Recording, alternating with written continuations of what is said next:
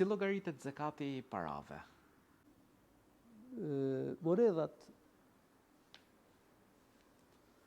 kanë zakat, sepse ato janë në vend të monedhës së arit dhe të argjendit. Dikur kanë qenë monedhat e arit dhe të argjendit, që është domethënë dinari dhe dirhemi. Këto ishin terme të përdorura. Kështu që ka domethënë zakat edhe për monedhat, për parat, domethënë dollari, euro, leku e tjerë. Por besimtari e ka detyrë që të jap zakatin e tyre në qoftë se plotson kuotën dhe në qoftë se kanë kaluar një vit në gjendje. Në lidhje me kuotën ka dy mendime. Sipas një mendimi do të merret parasysh kuota, do të vlerësohen parat sipas kuotës së arit. Në qoftë se kapin vlerën e 85 gram flori, atëherë e ka detyrë, ose më tepër se kaq, e ka detyrë të jap zakatin, në të kundërt jo.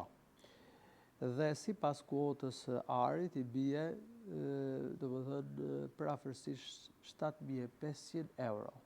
Kush ka gjithsej 7500 euro ose përafërsisht domethënë 7 milion e 400.000 lekë të vjetra, ai e ka, ose më tepër se kaq, e ka detyrë të jap zakatin, ndërsa ai që ka më pak se kaq nuk e ka detyrë që të jap zakatin.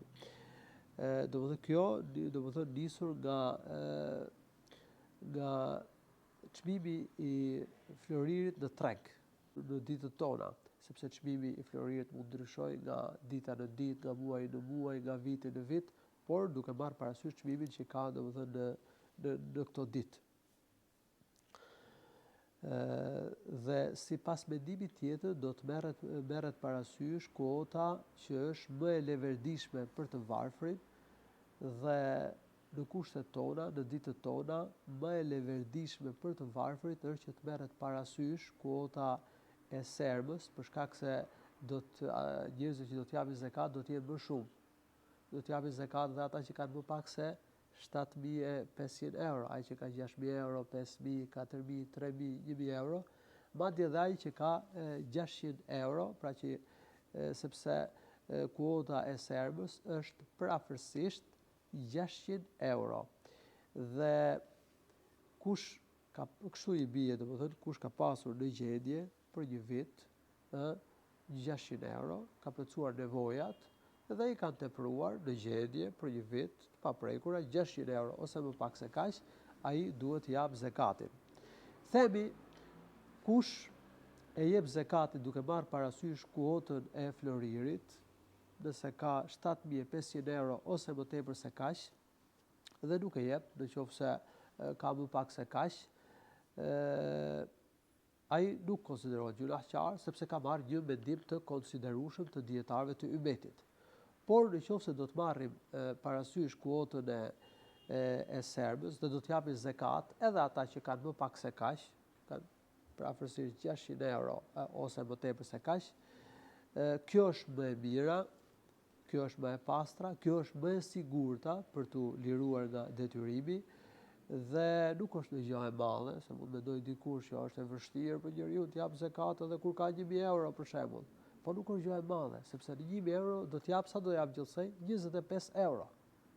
Kjo është një pasuri që I ka tepruar, ka plotësuar nevojat vjetore, I ka pas gjendje pa prekur gjatë vitit 1000 euro, edhe merr prej tyre vetëm 25 euro dhe ja jep një të varfëri.